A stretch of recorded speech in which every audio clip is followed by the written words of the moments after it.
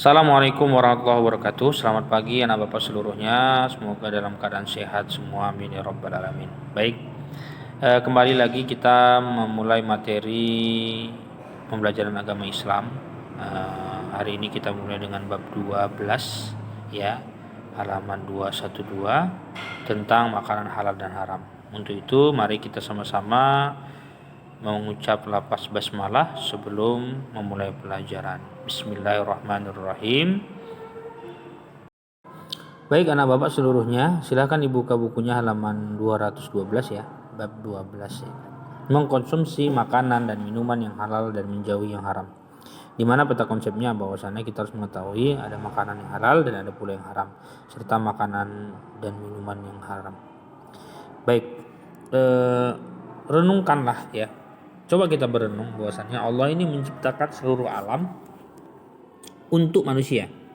Jadi sebelum manusia ini dikirim ke bumi, Allah ciptakan seluruh alam nih, beserta buah-buahan, sayur-sayuran, tumbuhan, binatang. Untuk apa? Untuk dijadikan kebutuhan hidup. Kebutuhan hidup ini diperuntukkan pada dasarnya untuk apa? Supaya kita dapat beribadah kepada Allah dengan semestinya. Baik. Di dalam halaman 214 kamu di sini ada dialog ya. Harusnya bisa kita buat dialog, tapi pada saat daring seperti ini tidak bisa. Baik. Agama kita merupakan agama yang sempurna ya. Dalam kehidupan kita sudah diatur oleh Allah, termasuk halal dan haram sebuah makanan dan minuman.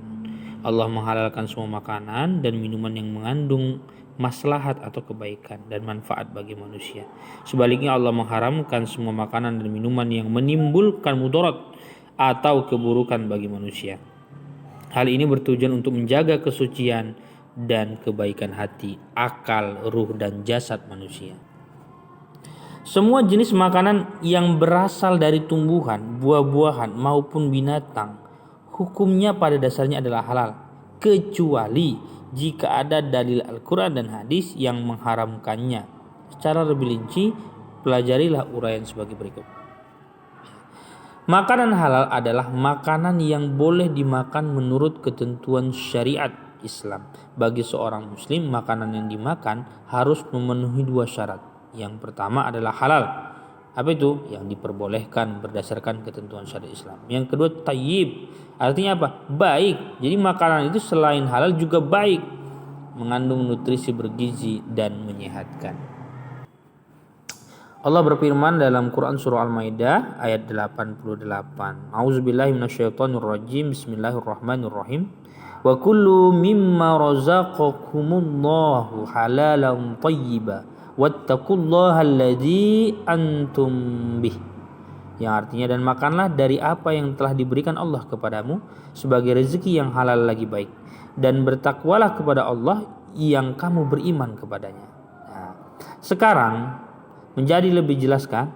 Bagi seorang muslim, makan dan minuman itu sangat berarti dalam kehidupan. Makan dan minuman yang kita konsumsi tidak asal mengenyangkan saja, tetapi harus halalan thayyiban.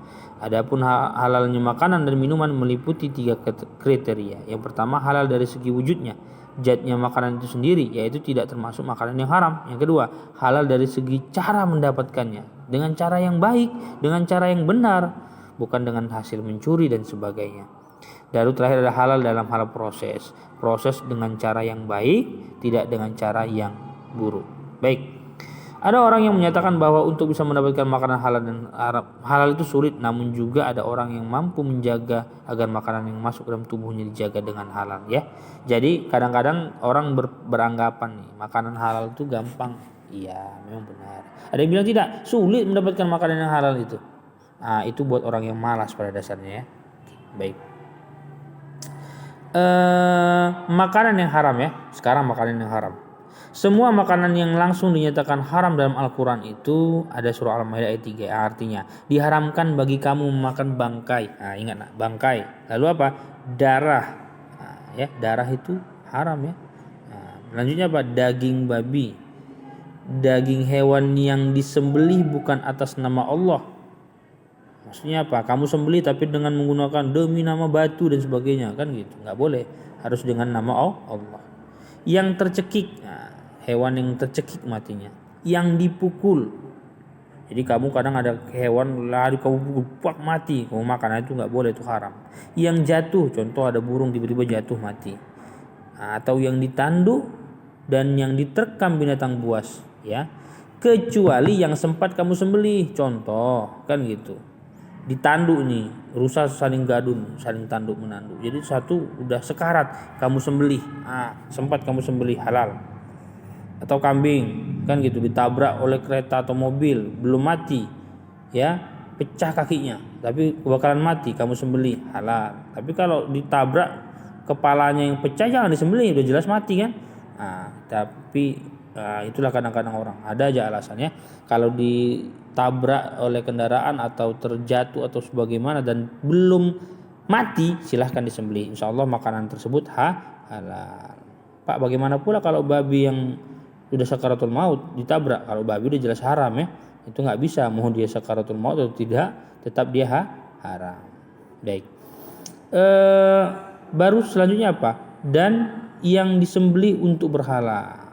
Kadang-kadang ada nih orang pergi ke dukun nih, dipotong, ini syaratnya nih motong ayam gitu. Itu juga haram. Dan mengundi nasib dengan azlam. Mengundi nasib dengan azlam ini tahu maksudnya? Misalnya kalau zaman dulu itu, kalau orang itu berbuat salah ataupun seseorang itu melakukan suatu hal yang tak diinginkan atau apapun itu kesalahan dari norma-norma adat, maka mengundi anak panah, ditembakkan panah itu kemana? Ke arah yang ditentukan, baik panah maupun benda dan sebagainya. Apabila tidak sesuai dengan harapan itu, maka mereka akan melakukan denda ataupun membayarnya dengan hal-hal yang lain. Itu haram, ya, namanya mengundi nasib, ya, sama macam judi juga itu, ya kan. Baik, dalam ayat tersebut makanan yang dinyatakan haram itu adalah bangkai. Ingat ya nak, ya, darah, daging babi, daging hewan yang disembelih atas nama selain Allah, hewan yang mati karena tercekik, dipukul, terjatuh, ditanduk hewan dan diterkam binatang buas, serta hewan yang disembelih untuk berhala, itu kesemuanya adalah haram. Baik, semua jenis makanan yang mendatangkan mudarat berbahaya, ya, semua jenis makanan yang mendatangkan mudarat. Allah berfirman, yang artinya, katakanlah hai Muhammad, Tuhanku hanya mengharamkan segala perbuatan keji yang terlihat dan yang tersembunyi, perbuatan dosa dan perbuatan zalim tanpa alasan yang benar. Selanjutnya apa? Semua jenis makanan yang kotor dan menjijikkan. Lalu makanan yang didapatkan dengan cara yang batil atau yang salah. Baik, sekarang minuman yang halal. Minuman halal adalah minuman yang boleh diminum menurut ketentuan hukum syari Islam. Semua jenis minuman yang ada di dalam muka bumi ini pada dasarnya halal, ya, nggak ada yang haram. Tapi kita yang buat tuh haram. Contoh anggur, kan gitu. Anggur tuh halal. Habis itu nggak diperas air anggur itu, lalu didiamkan, difermentasi sehingga muncul alkohol dan memabukkan, jadi haram, ya. Oke, jadi pada dasarnya makanan dan minuman di bumi ini banyak yang halal semuanya, kecuali yang dinaskan tadi. Tapi kita yang mengolahnya sehingga menjadi haram. Adapun jenis-jenis minuman yang halal adalah tidak memabukkan. Jadi minuman pertama nggak mabuk, ya, tidak mendatangkan mudarat bagi manusia, maksudnya baik, tidak najis, dan didapatkan dengan cara yang halal. Sementara yang minuman haram itu ada beberapa. Yang pertama adalah minuman yang memabukkan atau khamar. Selanjutnya apa? Minuman yang berasal dari benda najis, ya, atau benda yang terkena najis. Selanjutnya minuman yang didapatkan dengan cara yang batil atau dengan cara yang tidak benar.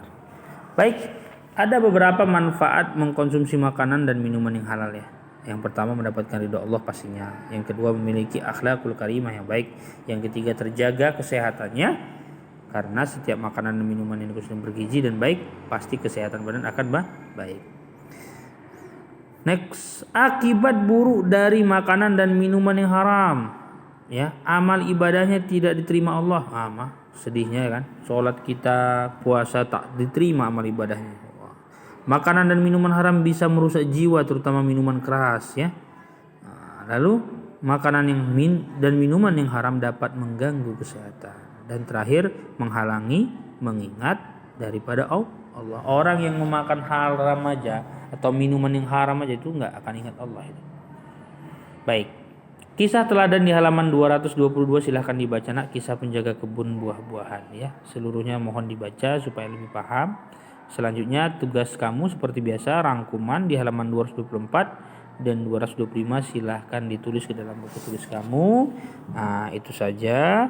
Terima kasih. Assalamualaikum warahmatullahi wabarakatuh.